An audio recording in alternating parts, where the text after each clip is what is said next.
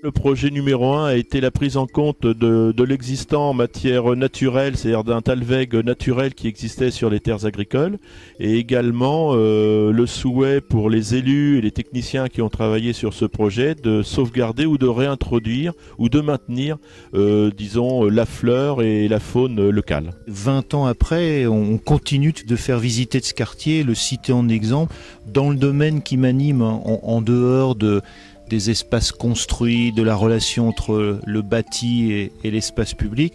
Sur les thématiques de l'eau, c'est un quartier qui est encore exemplaire. Maintenant, il pourrait être aisément labellisé écoquartier, en ce sens que tous les espaces sont plurifonctionnels, c'est-à-dire qu'il n'y a pas eu d'argent de consommer spécifiquement pour la gestion de l'eau. L'eau est venue compléter d'autres fonctions, la fonction espace public, la fonction plaine de jeu.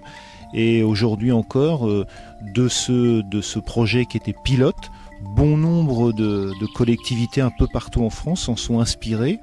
Alors certains sur des échelles plus petites, d'autres sur des échelles plus grandes, mais c'est une opération qui est très très connue partout en France sur les thématiques de la gestion de l'eau. On a installé des plantes qui favorisent l'installation des espèces autres, c'est-à-dire les consommateurs primaires, les faunes, les invertébrés, puis ensuite tous leurs consommateurs, les amphibiens, les oiseaux, etc. Depuis que l'aménagement a été fait, oui, on a constaté que la faune était arrivée spontanément. Ça, il n'y a eu aucun apport de grenouilles ou de tritons ou quoi que ce soit.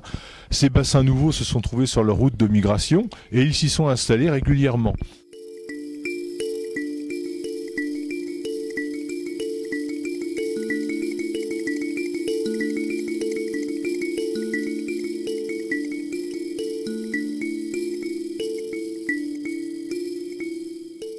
On aime bien dire sur le pays neufchâtelois, sur le canton de Neuchâtel, fauchage différé, nature protégée. On a mené des expériences, ça a commencé à Ménières, ça s'est étendu sur le canton de Neuchâtel. On fauche les talus, certains sites, le long des routes départementales, une fois par an et au mois de septembre. On voit encore une fois là des talus qui ont une autre couleur, les fleurs nombreuses se succéder, et avec de nombreux insectes, et notamment les papillons. Je crois que le grand public est sensible à cette action-là. Si au départ les habitants de la Seine-Maritime ont pu être surpris, aujourd'hui je crois qu'on ne reviendrait pas en arrière, parce que je crois qu'une grande majorité a bien compris la démarche du département.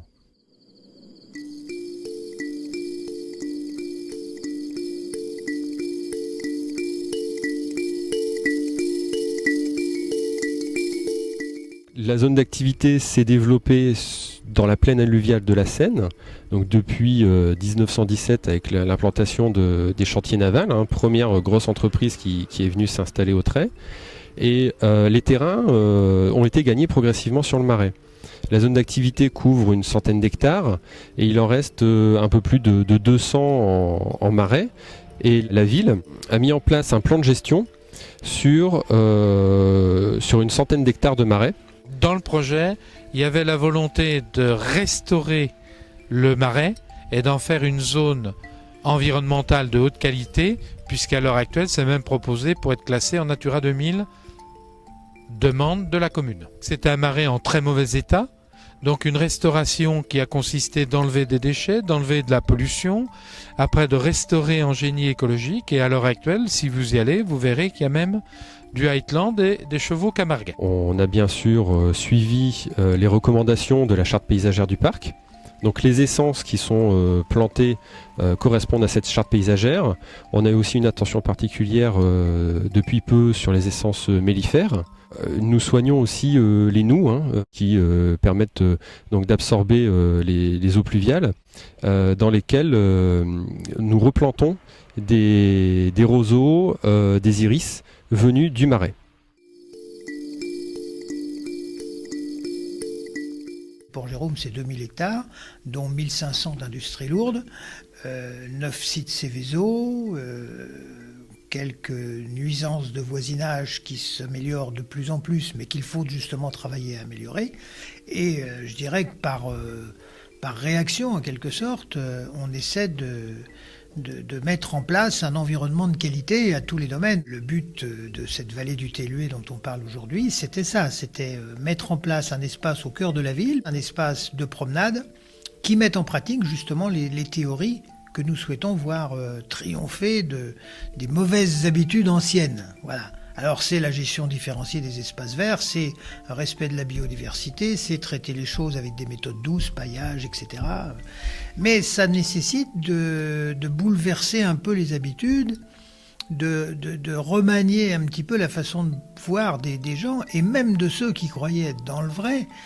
Et c'est jamais très facile de changer d'habitude. Et nos jardiniers les plus anciens n'ont pas toujours bien compris dès le début la gestion différenciée. Ils pensaient qu'on n'avait plus de sous et qu'on ne pouvait plus tondre. En gros, c'est un peu ça. Il faut que nous, les collectivités, on soit un peu exemplaires.